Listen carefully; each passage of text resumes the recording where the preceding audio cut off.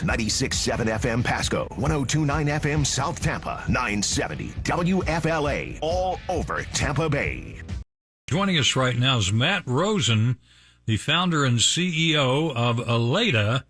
And what we were wanting to talk about was these robot vacuum cleaners, which we happen to have one, but you're calling these drunk robot vacuum cleaners that you say are causing havoc in homes.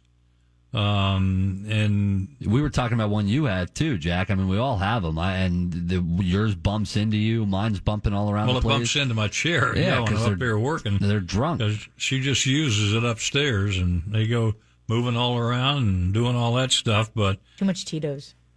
Matt, you were talking about the so many things now are automatic, like Alexa and the Ring doorbell cameras and stuff like that. Yeah, good morning. Thanks for having me on the show. Yeah, so it's been really interesting what's been happening with these Roombas. It seems like the latest software release has caused them to forget their maps, so they forget where they're supposed to go, and they end up spinning in circles and acting drunk and not finding their home base. You know, my firm does software engineering and has for the last 20 years, and one of the big things we help our clients with is making sure not only they write good code, but thoroughly test it before they put it out in the wild. And that apparently is not something that happened with this latest release for iRobot and the Roombas. So what happens? Is there a recall? Can you send them back? Are you still allowed to send it back if you kick it and you scream at it and you punch it? You can kick and scream and punch. What I've seen is if you set your robot to auto update and it went to the 3.12.8 release, you're probably stuck until they send a new release out. I've seen some users doing a hard reset of the platform and it finds its maps again, but sometimes it still forgets them. I didn't actually have my Roomba on auto update, so mine doesn't drink. It still works. But for the meantime, those that have a 7 or a 9 series, they might need to just grab a broom and sweep.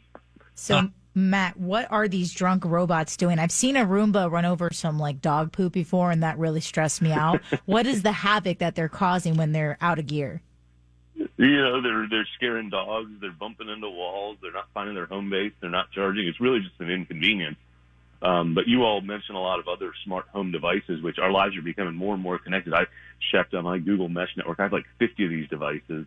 And luckily, some of the publishers like Google and Amazon do a lot better job of testing their software before pushing it up than it appears that iRobot did in this last release. Yeah, those things are bizarre. And, of course, they scare the heck out of pets, out of cats and dogs that happen to be living in the house with them. I've seen pets ride them, too. They'll get on and take a ride. Yeah? That's impressive. That's cool. That would be. Yeah, I've got a King Charles Spaniel, and he's scared. He runs every time he hears the Roomba get going around the house. I think I'd do that as well. But anyway, Matt Rosen, founder and CEO of Allata, and the website is allata.com. That's ALLATA.com. And Matt, thanks for joining us on AM Tampa Bay. Thanks for having me on the show. Y'all have a great day.